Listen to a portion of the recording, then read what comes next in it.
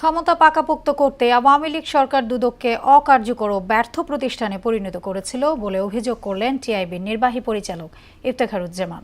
সকালে রাজধানীতে এক অনুষ্ঠানে সংস্থাটিকে রাজনৈতিক প্রভাবমুক্ত করার তাগিদও দেন তিনি। মুনতাসির মামুনের প্রতিবেদন।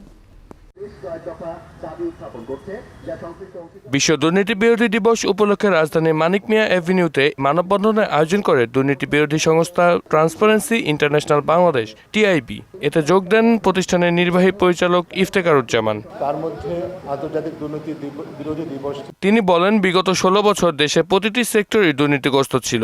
এর অংশ হিসেবে দুদককেও অকার্যকর প্রতিষ্ঠানে পরিণত করেছিল আওয়ামী লীগ সরকার। দুর্নীতি থেকে বাঁচাতে খোদ দুদককেই দুর্নীতিমুক্ত করতে হবে।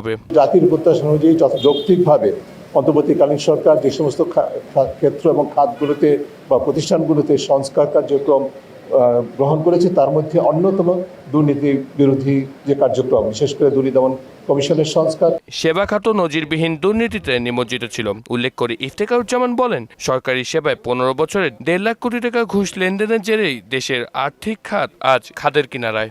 আমরা এমন দুর্নীতি দমন কমিশন চাই যেখানে নেতৃত্ব পর্যায় থেকে শুরু করে সকল পর্যায়ে কোনো প্রকার দলীয় রাজনৈতিক প্রভাবমুক্ত পরিবেশ থাকবে না। দলীয় রাজনৈতিক মুক্ত পরিবেশ নিশ্চিত করা হবে। বিশেষ করে আমি রিপিট করব যে বিশেষ করে কমিশন নিয়োগের ক্ষেত্রে কোনো প্রকার দলীয় প্রভাবী অবনত ব্যক্তিদেরকে কোনো অবস্থায় নিয়োগ দেওয়া না হয়। দুদক সংস্কার ধারাবাহিকতা বজায় রাখার পরামর্শ দেন সংস্কার কমিটির প্রধান ইফতেখারুজ্জামান। মুনতাসির মামুন, মোহনা সংবাদ, ঢাকা।